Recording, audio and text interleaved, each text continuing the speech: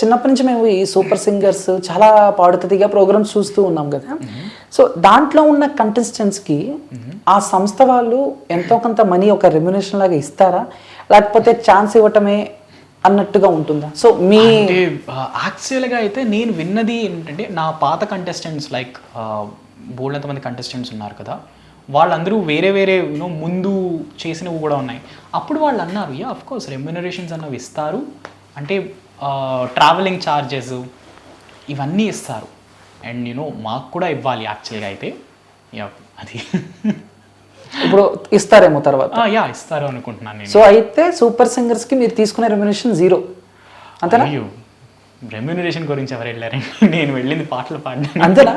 అంటే ఇప్పుడు సో బేసిక్గా ఎందుకు అడిగానంటే, ప్రతి ఒక్క ఆర్టిస్ట్కి ఫీల్డ్లో పనిచేసే వాళ్ళకి ఏ జాబ్ అయినా కూడా ఫస్ట్ శాలరీ కానీ ఫస్ట్ రెమ్యునరేషన్ కానీ చాలా స్పెషల్. ట్రూ, నిజమే. సో మీకు ఎంతవరకు సూపర్ సింగర్స్ ఫస్ట్ రెమ్యునరేషన్ ఎంత స్పెషల్, ఏంటి, ఏం చేశారు?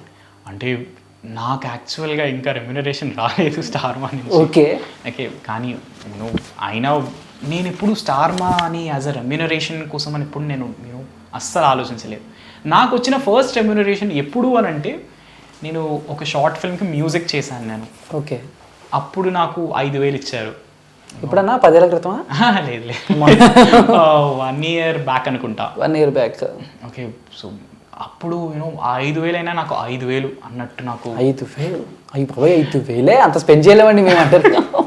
సో లేదు లేదు, అప్పుడు నేను చేసిన మొదటి ఆఫ్ కోర్స్, ఎందుకంటే ఎవరికైనా మొదటి సంపాదన అన్నది చాలా స్పెషల్. అవును, నాకు 5,000 చాలా స్పెషల్. నేను నెక్స్ట్ స్పెషల్ థింగ్ ఏం చేశాను అంటే, 5,000 మా అమ్మగారికి నాన్నగారికి పంపించి, అమ్మ నాన్న ఏదైనా కొనుక్కోండి అమ్మా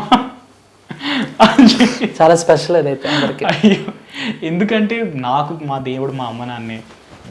సో అందుకని వాళ్ళకి నేను నా ఫస్ట్ శాలరీ అనుకోవచ్చు 5,000. వాళ్ళకి అలా ఇచ్చి ఐ ఫెల్ట్ హ్యాపీ. నాకు ఏంటంటే పక్కన వాళ్ళకి ఖర్చు పెట్టడం నాకు ఇంకా ఇష్టం. నాకు నా మీద నేను అస్సలు ఖర్చు పెట్టుకోను నేను. Thank you so much.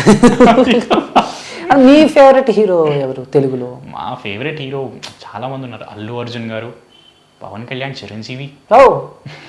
Okay, ఇంకా అంటే నేను ఇంకో వ్యక్తి పేరు విన్నాను, పెద్ద స్టార్ అయిన ఆయన పేరు. ఆయన అయితే నాకు ఎవర్ గ్రీన్, రజనీకాంత్ గారు.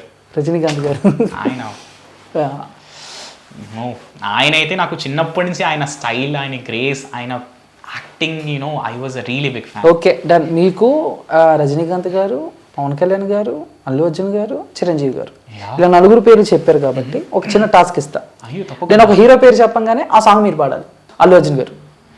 ఓ శీతాకాలం సూర్యుడిలాగా కొంచెం కొంచెం వస్తావే, సూటిగా తాకే చూపులతోటి గుచ్చేయొచ్చుగా, వేసవికాలం గాలుల్లాగా కొంచెం కొంచెం వేస్తావే, తరిమే తొంటరి తుఫానులాగా చుట్టేయొచ్చుగా, వర్షాకాలం గాలుల్లాగా కొంచెం వస్తావే. Okay, Rajinikanth sir.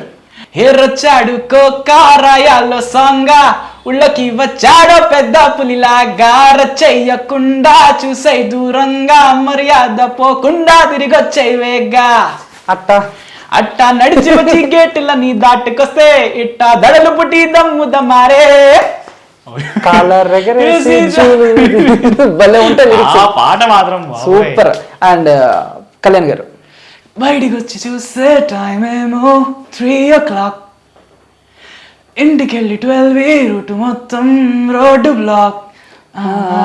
బయటికి వచ్చి చూస్తే టైం ఏమో 3 o'clock, ఇంటికెళ్ళి 12 రూటు మొత్తం రోడ్డు బ్లాక్. FM లో ఎవరో పాడితే ఒళ్ళంతా ఎందుకో ఊగిలే, ఆపిల్ పండులా సూర్యుడే, ఏరోప్లేనులా నా గుండె. మీరు కూడా సూపర్ సింగర్స్ ట్రై చేయొచ్చు. అయ్యో నేను బాత్రూమ్ సింగర్, నేను సూపర్ సింగర్ కాదు, బాత్రూమ్ లో పాటలు ఏదో పాడుతూ ఉంటాను సరదాగా. అండ్ లాస్ట్ చిరంజీవి గారు.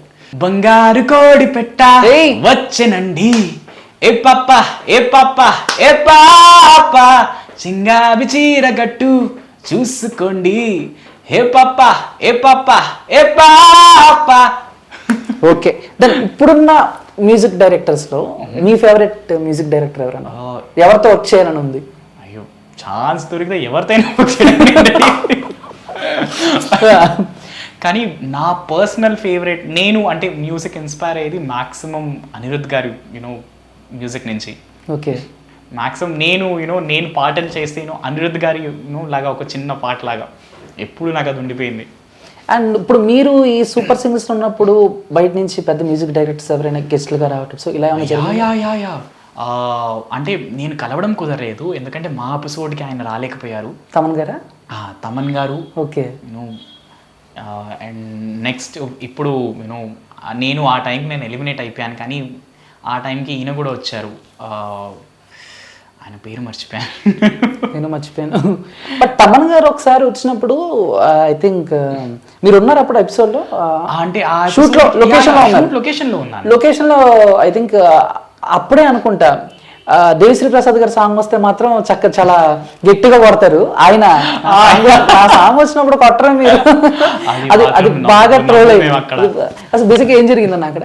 అంటే యాక్చువల్గా ఏంటి అంటే ఆ ఆర్కెస్ట్రా వాళ్ళు దే ఆర్ ద బెస్ట్, వాళ్ళ వల్లే మేము అసలు ఇచ్చేస్తున్నాం. తమన్ గారు ఆయన ఫస్ట్ ఆ కార్ నుంచి అలా దిగగానే మాకు వెనకాల ఒక చిన్న హీరో బీజిఎమ్స్ వస్తాయి కదా, అలా అన్ని మోగుతున్నాయి మాకు.